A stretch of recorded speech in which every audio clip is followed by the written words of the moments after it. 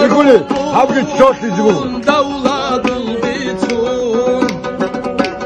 Dodika bahrudun davladul bitun. Dida çavurul gorostal bahar dal. Aduta suhtan sahila çuyal.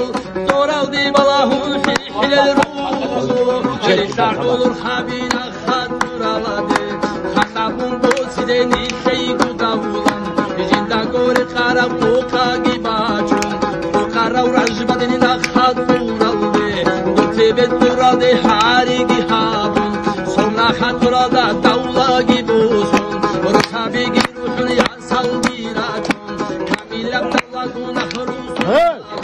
Soreşten habura palaz. Böyle mi olsun? Matohu inakşun tijun nukavu. Matli bikani la rajbati nasdan. Vaçatul balada biyal. Sadrı. Singi bikani la olur hafazda. Khirmazul alaza kuyal reçuli. Kinda şivda ilan turbu cidinal. Sakure bunu hamu kuriyad. Nurdu tarifte yaşa. He Musa. Ebel insuye sat soyini rugal. Raçura şubuzet akago khiriyal. Yenuk biçen ucuna kheyambay. Nur ebel insuye sotoratani. Koçata ki odun ki halil. Raçura şubuzet khiralatani. Karkala tumbutruri dilam. Ore olur havice ya baharzal. Haribana nigin khri çalaro. Nakucana nigin kheydu kheydu. Zodi khairur jine hanji guresu. Hanji ki burjile bhiti nabbuqa. Ratu se terhine unkal guresu. Kire nur lahma arula. Zodi khairur jine hanji gurele bay. Batu khairur jina misili khawchabi. Ratu se terhine unkal guresu. Rajal der kara İstanbul. Şabi olur habibi siri khawchabi. Khawchatul balada bibe tizi'an. Khahir olur habi durur irima. Rimazul balada bibe tizi'an. Kale kole abone Çiti bu haygi. Çuçur vagasul şadul zakaygi.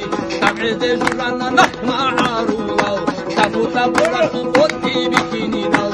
Tahuta hurasul etçi bikini dal. Ahkeze jurana kayyav irakali. Habidina kona şivra kadisan. Dokadu teve haşin olur koleo. Habidina kona nahma arulav. Rokada kutara bıçalda çal. Dokadu teve haşin kadin. Bitune bırak. Sadrı. Bakalım video. Nasıl var mı? Aras botanani sahitaba. Botanani horotsan. Yataro tanani mushudu telam. Wataro tanani le bağlav telam. Çuyaro tanani kariyat telam. Helal sözleri var. Durgidir ki sure kelbatini to. Remele bin de farki kaçadı. Kiyaduruni terhisi batini to. Kisun kamilatu ki dudulam.